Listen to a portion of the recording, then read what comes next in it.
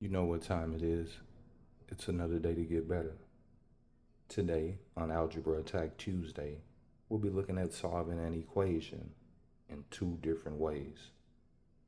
It's extremely important to understand that equations can be solved in different ways, as long as we follow the rules and use inverse operations to isolate our variable.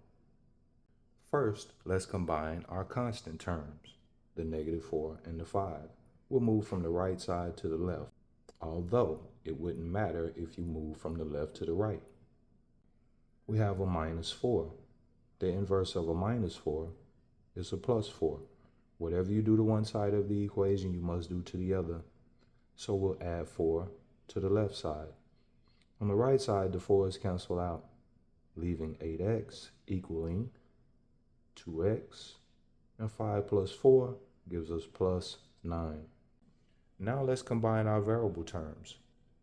Let's move from the left to the right, although it won't matter if we move from the right to the left.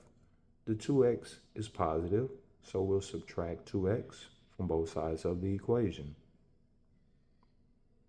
The 2x's cancel out on the left side, leaving 9 equaling to 8x minus 2x is 6x. The 6 and the x are multiplied. The inverse of multiplication is division.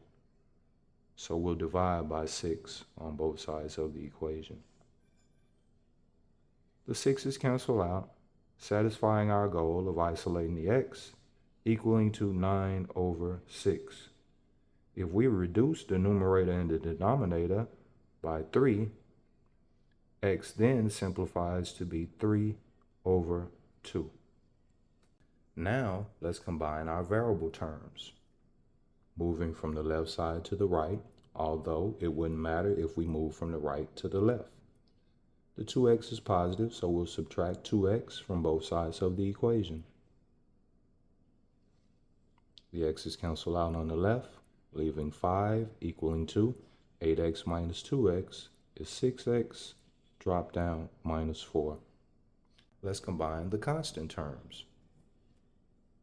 The 4 is negative, so we'll add 4 to both sides of the equation. The 4 cancels out on the right, leaving 6x equaling 5 plus 4, which is 9. We'll divide by 6 on both sides of the equation.